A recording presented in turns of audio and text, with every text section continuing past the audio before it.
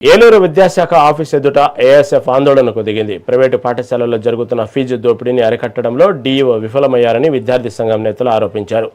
డీఈఓను suspend చేయాలని demand చేశారు. పుస్తకాల దగ్గర నుంచి యూనిఫామ్ దాకా భారీగా డబ్బులు వసూలు చేస్తున్నారని విద్యార్థి సంఘాల నేతలు ఫైర్ అయ్యారు.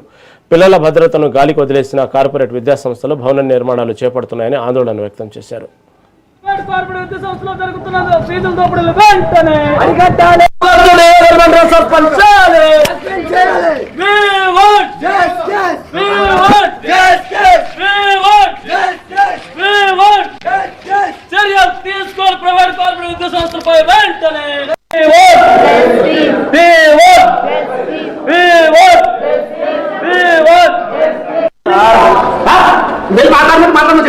ఎక్కడ సార్ ఈవెన్ మాట్లాడలేదు సార్. ఇప్పుడు వందలాది వేలల్లో విద్యార్థులకు పాడవుతున్నారు సార్. ఏదైనా ధర్మశీల పేర్లు కావాలి కదా, పేరు చేస్తుంటారు.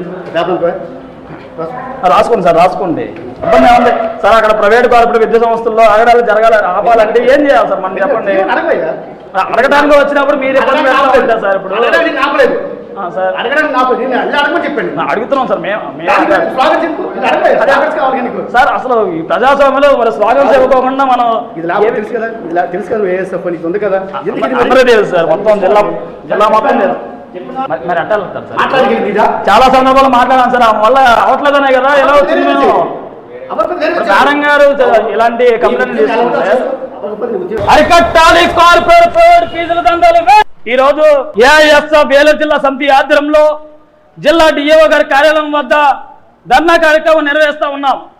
ఈ ధర్నా ముఖ్య ఉద్దేశం కూడా ఏలూరు జిల్లా వ్యాప్తంగా ఉన్నటువంటి ప్రైవేట్ కార్పొరేట్ విద్యా సంస్థలు ఏవైతే అక్రమంగా విద్యార్థుల తల్లిదండ్రుల వద్ద రక్తం పీలుస్తూ ఉన్నారు, అదేవిధంగా జీవో నంబర్ 1 పరంగా ఏవి కూడా పాఠ్య పుస్తకాలు కానీ యూనిఫామ్ కానీ టై పెట్టి అమ్మొద్దని మా జీవో తీసుకొచ్చినప్పటికీ ఆ జీవో విక్రయిస్తూ అనేక విద్యా సంస్థలు ఇప్పుడు కూడా అధిక ఫీజులు 20,000, 30,000, 40,000 అంటూ కూడా మరి అమ్ముతున్నప్పుడు కూడా ఈ ఏలూరు జిల్లా విద్యాశాఖ అధికారి పట్టించుకోవట్లేదు.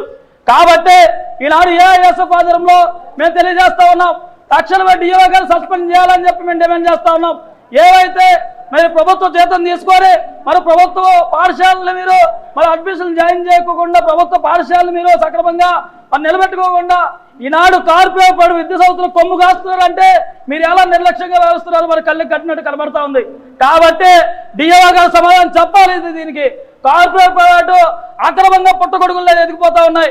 కాబట్టి ఏవైతే ప్రభుత్వ అనుమతులు లేకుండా నడుస్తూ ఉన్నాయో ఏలూరు జిల్లాలో తక్షణమే ప్రభుత్వ నిబంధనలు పాటించుకోకుండా నిర్లక్ష్యం వ్యవహరిస్తున్నాడు అంటే పాఠశాలలన్నీ కూడా ప్రైవేట్ కార్పొరేట్ పాఠశాలలన్నిటి కూడా సీజ్ చేయాలని